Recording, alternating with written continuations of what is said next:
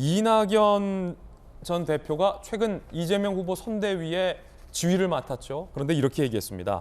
진솔하게 인정할 건 인정해야 한다라고 말이죠. 들어보시죠. 진솔하게 인정하고 겸허하게 사죄드리겠습니다. 당내에서는 김혜경 씨가 직접 나와서 진솔하게 메시지를 전해야 된다 그런 의견도 제기된 걸로 알고 있습니다. 직접 나오는 방안에 대해서 어떻게 보십니까? 아까 말씀드린 대로 진솔과 겸허라고 하는 것이 무엇을 의미할지 잘 새겨주시길 바랍니다. 자, 김혜경 씨의 사과 직전에 이낙연 전 대표는 사과 전에 이렇게 밝혔습니다. 아마도 꼭 김혜경 씨에게만 요구하는 메시지는 아닐 것이라는 분석이 조간신문들에 나옵니다. 당내에 있었던 수많은 지금까지의 해명들 논란이 된 바 있었는데 이런 해명들 이제는 안 된다라는 걸 이낙연 전 대표가 지적한 게 아닐까 하는 분석인 거죠. 들어보시죠. 저도 내 아플 때 내 약을 저희 비서가 사다 줄 때가 있거든요. 근데 일반 약 사다 주는 거하고 다른 사람 이름으로 처방받으신 적은 없을 거 아니에요, 송 대표님. 예. 전혀 다른 얘기잖아요, 그건. 아무튼 이 문제는 제가 잘 모르니까 저한테 묻힌 것이고. 한 번에 공개하는 것도 아니고 하나씩 공개하면서 저는 이게 그래서 약간 정치적인 목적도 있어 보인다는 걸 생각합니다. 김혜경 씨가 자신이 부릴 수 없는 공무원에게 자신의 사적 심부름을 시켰다는 줄 알았더니 그게 아니라 5급을 취급하듯 시켰다는 거 아닙니까? 우선 자꾸 김혜경 측 어쩌고 10여 차례 어쩌고 이런 게 나오니까 지금 저런 오해가 생기는데 김혜경 님이 조장했다, 사주했다 이런 근거가 하나도 안 나왔습니다. 오랫동안 알고 지내던 어공이라면서요. 근데 무슨 갑질입니까? 이 문제 별거 아니다. 국민들 별 문제 아니라고 생각하고 있다라고 말했던 우상호 의원. 발언의 뉘앙스가 달라졌습니다. 설사 일부 좀 과장됐거나 억울한 게 있다 하더라도 단 한 가지라도 사실관계가 있으면 사과하고 국민에게 죄송스럽게 생각한다고 고개 숙여야 된다. 이재명 기자, 앞으로 민주당 일각의 논평들이 좀 달라질까요? 달라져야 하겠죠. 근데 어제 김혜경 씨의 사과 기자회견에서 그나마 의미 있는 메시지를 하나 꼽으라면 제보자 7급 공무원 A씨를 두고 A씨는 피해자다라고 김혜경 씨가 분명하게 규정을 해줬죠.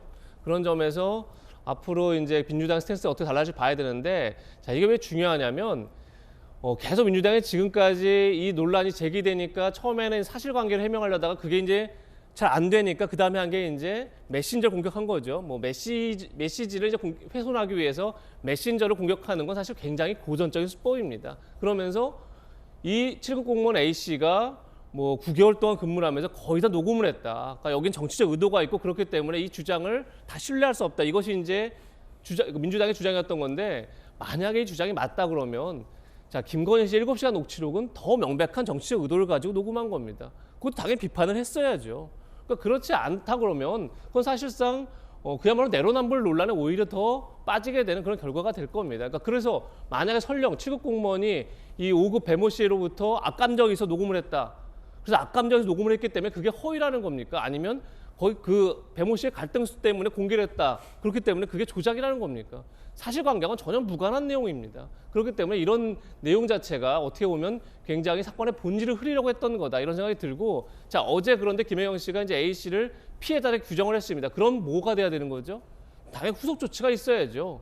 자, 지난번 4.7 재보궐선거 때 박원순 전 시장의 성범죄와 관련해서 계속 민주당은 피해자를 피해 호소인이라고 해왔습니다. 그렇게 폄훼하다가 결국 선거가 다가오니까 피해자에게 사과를 합니다. 그리고 나서 했던 게 뭐냐면 박원순 선대위에서 박영선 선대위에서 피해 호소인이라고 했던 분들이 다 물러난 겁니다. 그리고 후속 조치가 있어야만 국민들이 진정성을 느낄 수 있는 거죠. 그런 점에서 지금 계속적으로 제보자의 어떤 신뢰성에 대해서 문제 제기했던 사람들에 대해서 어떤 후속 조치가 있어야 국민들이 어제 기자회견에 대한 그 신뢰를 갖지 않을까 생각이 듭니다. 예, 수사 전문가께 한 가지만 더 묻겠습니다.